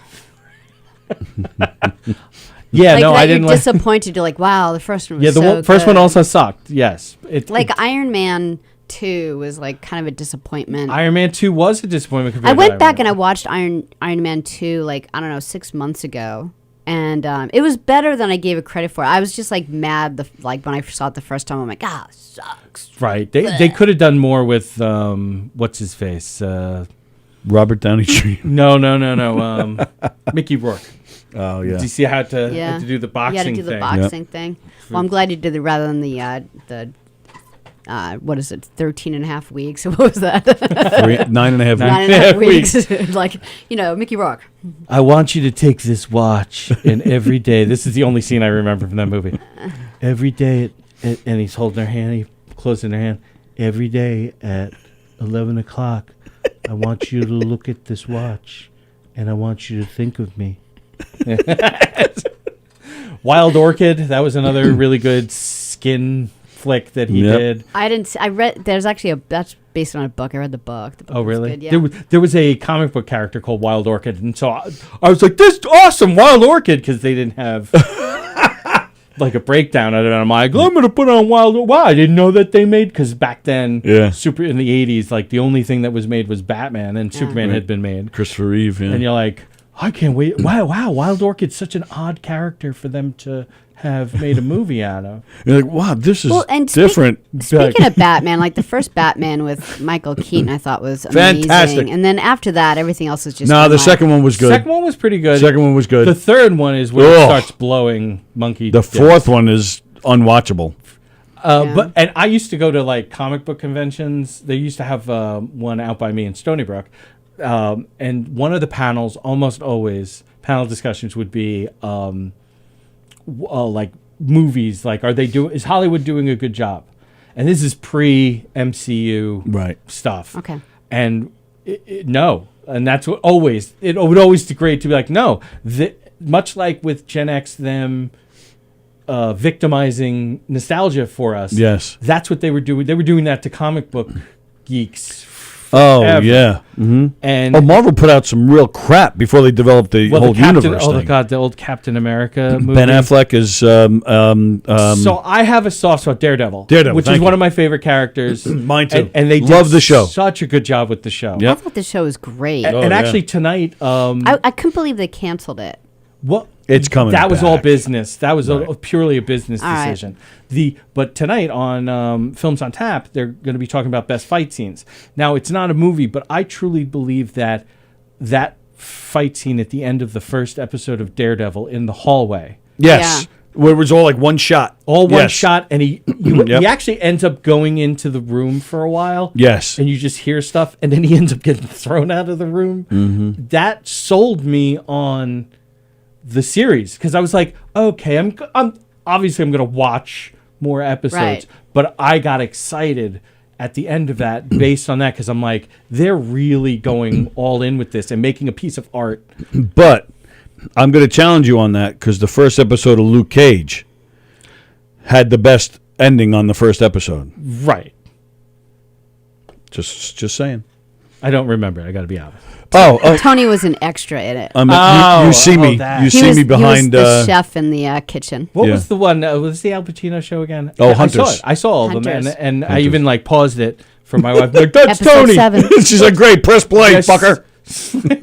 What are you present? It is kind of funny. Like, do you see, like, when you watch a movie, do you think in those terms? Because I was talking to my kid Sam is taking film studies, and He's ruining movies for himself. He's a dreamer. Don't ever do that. And he loves, and it's actually talk about like the Mets fan who's sad. He's sad. Like, I talked him into taking this movie or this class because I wanted him to have an easy semester. He's having a really hard time with Zooming, and so I'm like, let's do this, and this. And he's one of the classes is guitar. I'm like, let's just make, because he's like, I don't even know if I want to go back until we can go back to school. I really hate this. Yeah. So I picked every easy class with him. I'm like, trust me on this. And he's so sad taking film because it's tearing apart. Because criticism is destruction. Like, it truly is. So when you hear, and if you decide to do any kind of art, you start recognizing those old sayings of like critics, the critic in the arena. Mark Twain says terrible things about critics. Right. There have been terrible things said about critics since the beginning of writing, really. It's not even so much like the critics. It's the like, he doesn't want to know why someone's standing over there or the shadowing of something. The act he just of wants criticism, though, is to take it apart. And so I get what you're saying now. You have to be critical of something. I get what you're saying you now. need to, and so it's when you and then if you are interested in that art as like, not even just like, oh, that's fun. Like you kind of have to hate movies. I took for a summer book to film or novel to films at Stony Brook. Okay. And I was like, oh, kick ass. And it was like, you're going to watch, That's going to be a lot of work because you got to read the book and see the movie. And it was a 5-week class. Wow. There were 3 novels, like 6 short stories, and like a poem. Okay. Goodness. So you did a lot of like a song, Stephen King. No, because he does a lot of short stories to movies. Bear Goes Over the Mountain. Don't do that one. Especially being in a relationship with somebody, in a committed relationship. Okay. Because it's so the bear goes over the mountain, bear goes over, let's see what it is you can see. But then the movie that they make about it is about, it's an older couple, and the guy, I think it's Albert Finney, dementia, and starts forgetting his wife, and then starts a relationship in the... I mean, everything you don't want to see. With another bear. With another person at the hospital that he's at. It's so incredibly depressing. But it was like, oh, cool. Into the Wild was, or not Into the Wild, the one that Eddie Vedder did the soundtrack. The kid in the bus in Alaska? Yes, That's a good movie. So the book is phenomenal. And think about it. What do people always say? The book was great, movie was a disappointment. There was like not always. I've had moments. And there were 1 or 2 that it was like, no, actually the movie, they really ended up exploring things that were a lot cooler than that. But imagine that disappointment, though. Yeah. Over over and over and over again. and over It again. is. And then you're having to getting do work. graded on it. Yeah. No, that's why I said like big mistake. Like don't. I love that stuff. I Well, love it's looking funny at 'cause, movies and like- picking out the mistakes and seeing what somebody's doing in the background. Like, why is he doing but to that? do it I'm in class better as a kid. now, but like when I first started watching things with Tony, it really upset me. Like Right. I remember one time we were just starting But you the had to series. be there with me to watch a movie. We were just starting the series. Be in the room with you. This Is Us. Right. Pay attention. This Is Us. I'm we were totally just starting the get- series. This Is Us, and we're sitting on the couch and we're watching it, and just music is playing in the background. Now I'm just enjoying it. I'm just enjoying all the good acting, the good writing, and then all of a sudden I hear him go, "Oh, all right," and I'm like, "What?" And he goes, I don't remember this. He goes, "What was that Eric Clapton song?" Tears in Heaven? Wonderful Tonight? No, Layla? that's on This Is Us. I don't remember. Eric Clapton and Lay Down Sally. Cocaine. I really don't know. I know, White so I'm Lines. just trying to say. I'm trying to throw titles out to see if I Throw the baby down the well. Who would he do it with? Like Kenny Loggins or something? No, he did it with George Harrison's wife. Yeah, true. No, he. Eric Oh, that Clapton kinda it. and someone else did a song. Guitar Gently Can't Weep. find my way back home. Oh, Steve Winwood. Steve Winwood. Can't find my way Oh, home. okay, Yeah, yeah. okay, yeah. So that song's playing in the background, like, and he's like, "Oh," and so I was like, "What?" He's like, so I could see what he's saying. I was like, well, maybe the writer just liked that song, and he goes, I wouldn't get too attached to that character. And I was like, and it's true. Yeah, it's my like the wife dad who. So growing up, most of the movies that I ever watched, and like my parents were divorced when I was very young. My dad picked us up every other weekend. So our weekends typically were like this. He would pick us up. We would visit my papu. Then we would go to a movie. Yeah. And then we would go home to his house. We would watch a couple of movies that were on TV, particularly the Kung Fu movies on Channel 5 or Channel 9 at the time. Yep. Then he would nap because he worked nights, telephone company. Oh, right. He worked at the building in Long Island City. Then he would wake up and we would go to the movie rental place and pick out 2 or 3 movies. We would then go back and watch 2 of the movies, eat, go to bed. We would wake up, we would watch Three Stooges, Marx Brothers, any of that like black and white stuff that was on in the Channel morning 11, back then. Mm-hmm. We would watch all of those movies. Then Abbott and Costello? we would go out and do something. We would come back home, watch the other movie that was the video that we had gotten. Then we would go eat dinner, and then after dinner watch Star Trek, and he would drive us home from Queens. So we would watch on a regular weekend. We could watch anywhere from 5 to 9 movies. Yeah. Wow. It was If you count Star Trek. Yeah. right. Like 9. Like there was a lot of passive experience, Mm-hmm. like with but He what- probably tried like 1,000 things to do with you all, Well, and he then was and then tired. was like, you know what, movies work, eating in movies. he was working nights, so his Right. schedule was a night schedule. So Yeah. like, I don't begrudge him that. It's just a lot of times we would like to watch movies with my dad and my brother is a terrible thing to do for anyone else, Why? because we will sit there and be like talk shit to like it's almost like Oh, what people yeah. say about black people being in a movie. Yeah. That is absolutely what we do. Yeah. My best friend you was would like get that. you would get along with him and Zach then, because The it would drive me crazy. The third Lord of the Rings movie. Yeah.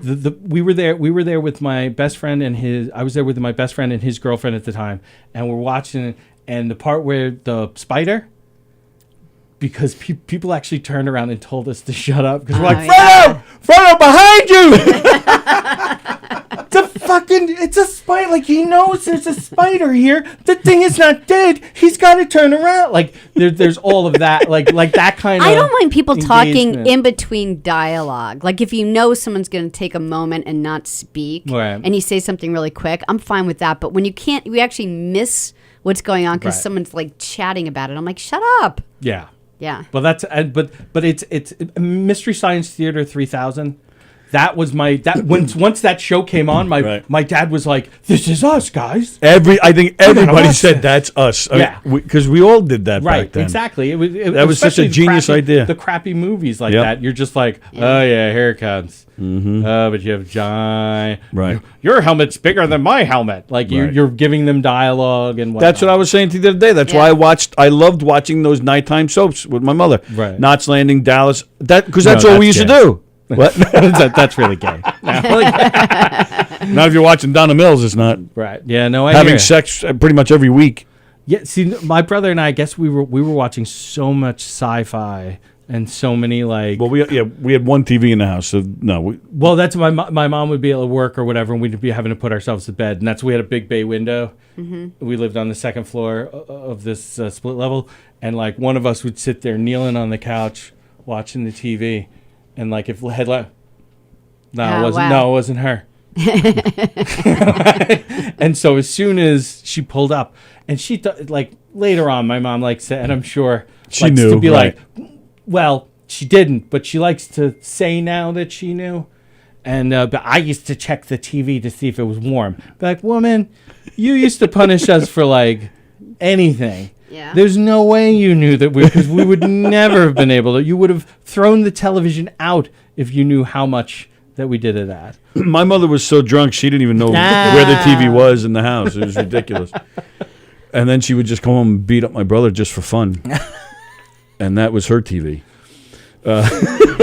Joking. We lived in a Levitt house. We used to the TV was positioned in the living room where my brother and I, our bedrooms were upstairs. We could see from the top of the stairs. We could just see the TV. So we would sometimes, just be at the top of the stairs and look. And it was more times than not, it was my brother. Sometimes me too. But one of us always made some kind of noise.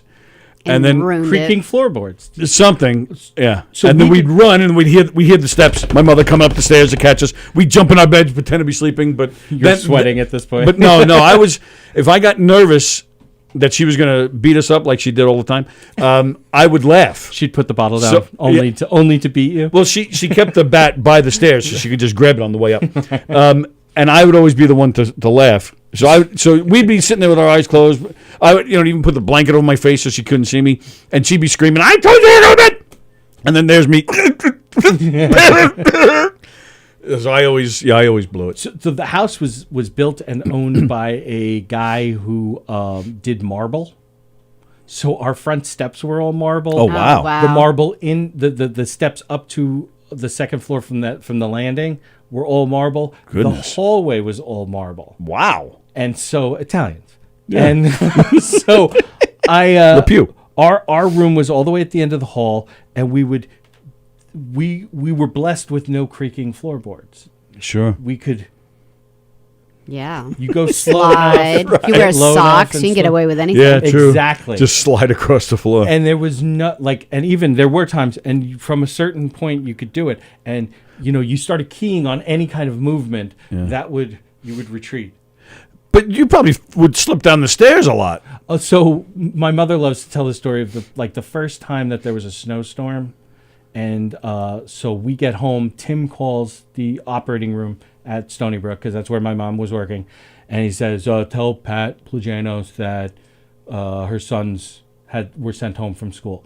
So she calls back when she got a break and says, "I want you to go clear the snow for the landlord so that they don't have to do that." So my brother, the science mind that he is, like goes and gets the hose. And he's like, "Look, the snow just look, Andy, the snow just disappears." And I'm younger than him. I'm like, "You're a fucking magician, Tim. That's amazing. How?" So then Mom walks in with a cracked skull. That's by the time everybody got home, everything was a sheet of ice. and I don't know, Ma. I don't know. Like, and she was so it's funny. Like she likes back. I was so I yelled at him, but I just had to laugh. I'm like, no, you punished the shit out of us for that. That wasn't even and it was him who did it. It wasn't me. Yeah. My daughters love the story of my brother likes cookies. Everybody likes cookies, but he didn't have the patience to dole out. He would make the the stuff, but he'd just be like, oh yeah, I do that. I still Tony do does that. too. And he breaks a cake. I thought he was kidding sometimes. the first time. Oh, like I was cake. like, No, what we're do talking chocolate I'm like, chip cookies. Hey, Well, yeah, buddy, yeah. what are you doing? But if it's a big blob, it comes out like more cakey than. It comes out nice, soft, and mushy. That's the way you want a hot the way chocolate he chip wants cookie. it. Oh, mushy. Oh. We were not supposed to make cookies this night. My brother comes in as soon as she leaves. He's like, by the time she comes, the smell will be gone. So it was always my job to dole them out individual cookies. Comes out, I'm like, no, I don't want any cookies. Well, you won't get any. I'm like, I'm telling you, I don't want any cookies. So he does his thing where he just there's 6, whole batch. Oh, yeah, that's exactly what I do. 6. He puts it in, takes it out. He's like, oh, like he's disappointed. He's like, and my mom comes home early. Oh, wow. So he does the fucking the smartest thing he can think of at the time, which is to throw the cookie cake things out of the second floor window into the backyard where the entrance for the landlord who lives downstairs is. So he throws, and she comes in and she's like, did you guys make cookies? And he's like, we made like a little bit, but whatever. And she's like, I told you not to. We go to bed, whatever. Next day. What the hell is the matter with your toe? And we're like, oh, hey, calm down, lady. Like, and she's like, did I ask you if you made cookies? Like, oh, okay. And she goes, then you throw them out the window. And I'm like, and I look at him like, I told you not to do that stupid shit. And she starts yelling, and she starts yelling at me, I knew. And I'm like, what did I do? I didn't even have any. All I did is not eat cookies. Because I didn't say anything. Oh, I didn't snitch. You didn't snitch. Oh, You're no, that's just bad form. You should, like, that's a good trait. So, yeah. Not to think on someone. Right. No think. It's a no think zone. But, yeah, no. We used to get in trouble for each other's stuff all the time. How old is Tim? Like, he's compared 2 to you? years. He's almost exactly 2 years older than me. Okay. His birthday's my birthday's in November. His in December. So it's a month short of 2 years. But he's probably one of the smart. Like everybody always talks about, like, oh, Avery, you're so smart. No. My brother is like and I make fun of him for the water. But you really got to think he was in 2nd grade. So your mom got laid on Valentine's Day each Yeah, time. pretty much. Yeah. Pretty much. And I'm gonna tell you right now, I'm the worst person at this because parents having sex, they just do. Okay, when my parents divorced when I was very young, right? But the idea that they do, it doesn't bother me. Like my room, it was before I hit puberty, so I used to sleep with the door open, and because that's puberty, that's when you want the door shut because you want privacy. My brother and I were in the same room for years until finally he was like, he's really messy, so I want my own room. Meanwhile, he's little. Like, oh my God, this is more than half yours. Yeah, like the mess. But so my mom was like, okay. So I got the storage room. It was a 3-bedroom that we used. One of them had like steel, like all our trunks were in there and steel shelving. Right. That was my room. Right. The trunk room. My brother got my mom's old room. My mom moved into the master bedroom. So my room was right across. I'd have the door open. She started having the guy who she ended up marrying, my stepfather. And so I would hear noises. And at 12, I'm like, oh, I hope they're all right in this. Yeah. And I would get up and go up to the door and be like, yep, that sounds like somebody's hurt. Yeah. Maybe I should go in. No, they'd call for help if they wanted help. I don't know what's going on, but if anybody needs help, I'm happy I'd never. And same thing happened to me when I was at my dad's. I used to have to sleep on the floor. I was the youngest, and I did wet the bed when I was very young. So they didn't want me on a mattress. So I had to sleep. Ever? Yeah, no. And then it turned into last week. It wasn't until much later when they got a bigger apartment in Queens. So I remember hearing my stepmother, now ex-stepmother, she had asthma, and I heard. So you opened the door. I was sleeping out in the living room. Oh, gee. And so I got up and I'm like, I got to the door and I'm like, because my dad worked nights, so I don't know if he's like completely dead to the world or whatever. I'm like listening, like, this is, I wanted to be ready to be the hero. And I never opened the door. I never knocked. All right, good. Because I'd be like, I would always come to, if they wanted help, they would use that word. So. Yeah.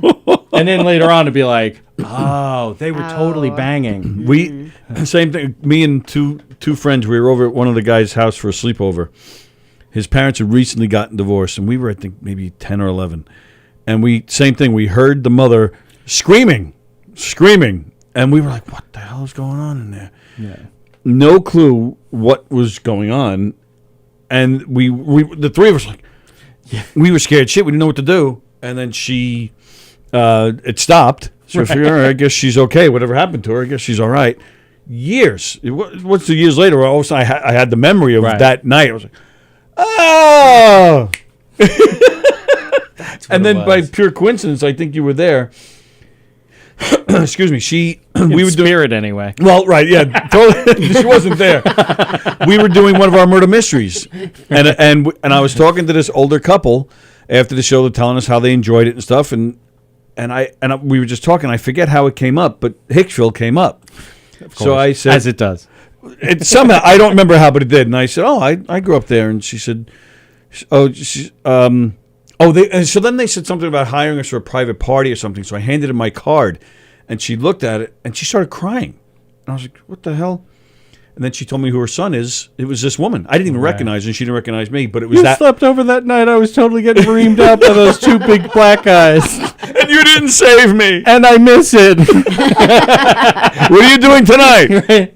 Do you know them? Can you put me in contact with them? For me? But it was that woman. So Right. so we had the nice moment. Oh, it's good to see you again. But I mean, I'm not even out of the hug yet when I'm like, oh yeah, I remember you that night. Of course, I didn't say anything, but I'm thinking in my head. Yeah, but you checked her out. Oh, of You were course. like, And then I'm looking at him. I'm like, hey, Mommy still got it. I can see that. Even though you're 70-something years old, break that hip.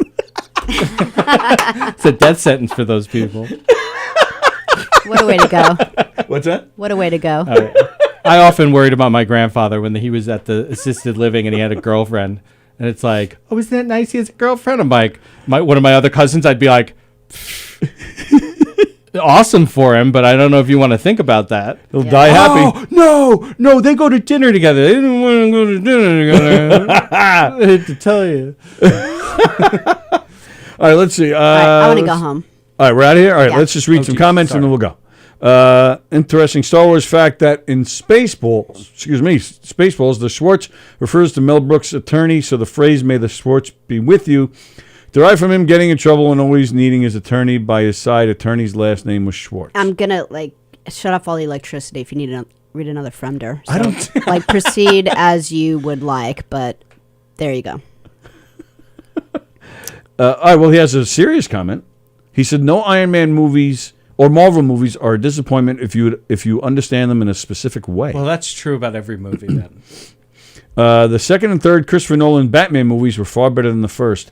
I thought they were all fantastic. Yeah, it's nested. Again, you don't have the other two without setting it up Right, with the true. first one. It's a difficult thing. And it's actually one of those movies. In fact, we were just talking about it the other day. Where you're watching everything that goes on, and there's a scene. It's either the second or the third. I forget which one. Where Batman is fighting a bunch of guys. There's a whole bunch of them around him, and he's taking turns. And you see a guy. I think it's to his left. Oh, he falls. He just falls. That's in Dark Knight. It's like It is in Dark the beginning Knight? of the Dark Knight. Yeah. And he just falls out of nowhere. Right. I love that stuff. There's the Jack Nicholson movie, The Two Jakes. Great Takes movie. place in the 50s, I believe, right? 40s, because 40s? it's the Chinatown. It's Chinatown, sequel to Chinatown. And what was it? Bruce Willis was in that with him? Was it The Two Jakes?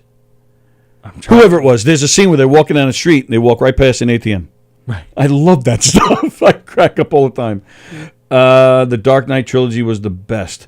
They were really good. I'm a big fan of the first two Keaton movies, though, myself. Yeah, the Dark Knight, I find myself quoting it a lot as I'm getting older with the you either die the hero or you grow old enough to be the villain. That's right. Yeah, because it's true. Bosey says he loves Andy Plagianos. His nipples have been erect the entire time. Wow. All right. And then he shows how he can't hashtag. Right. This Is Us is a great show, says Andrew Fremder. Great actors, incredible story writers. Really? I don't know who she is. You watched the whole first season. And that was plenty. Oh. It was every week. It's just something to make you cry. So the thing that made great me not- actors. You're right. The thing that made me not watch it was that the PTA would send out an email at the elementary school my girls go to that would say Tuesday night, guys. It's our PTA meeting, and don't worry, you'll be home in time for This Is Us. And I'm like, I'm never gonna watch that show Yeah. because all the PTA moms are watching it. Oh. Terry McNeely is in Batman as a Gotham. cop. Is he really? In Gotham, yeah. Oh, in Gotham. Oh, I didn't know that. Like a speaking role or I don't an extra think he thing? spoke. He's an extra. He's like, you can see him in multiple scenes. Oh, nice. In multiple episodes. Okay, so let's see. All right, so that's okay. We were engaging. We're people are like, I can't We're stop just- watching long enough to write something. We're just scrolling. That you could watch us scroll. All right, so there we go. So today is Friday. Films on tap tonight at 9:00 with Carla and Tim and those three other guys. Jim and Kevin. Jim and Kevin and see, you don't know Chris. Chris. Thank you. I'll forget it again by next week. I should really know that. It makes me laugh. I got to be honest. Like for a long time, you would be like, and I'm like, and then finally I did comment because I'm like, he's gotta know that people are paying attention. We took the photos for the new website. We took photos in here with some of the hosts, and Carla and Tim were here. And instead of, he doesn't even reach out to these other guys. Him and Carla stand here, and he holds his phone like this, showing the other three guys. And Tim holding a phone, it's like us holding like a pocket an protector ant or something. I think one of them doesn't even live on the island. If I'm is that right? I think I'm not sure. Maybe that's why because aren't their shows always have been Zoom? They have. Well, these with you guys in this incarnation. Yeah, before that. Before. No, because they used to go places. Together, okay. But I think one of them might not even. I'm not sure. So he's not dedicated. If he moved, he shouldn't be on. Films on tap tonight at 9:00. Leave. Cars on Comedy is on tomorrow, right? Yeah. Right. Cars on Comedy with Tom and Brett. That's tomorrow night at 5:30. I still think that should be called Hot Rods with Tom Galati. And of course, Felix on 11:00 Sunday morning for Let's Eat Long Island. And then Sallie and I are back here on Monday at 11 a.m. Thank you, pal. It's nice to see you in the flesh. So happy to be here. In the flesh. We forgot what he looked like. That's it. Everybody have a great week.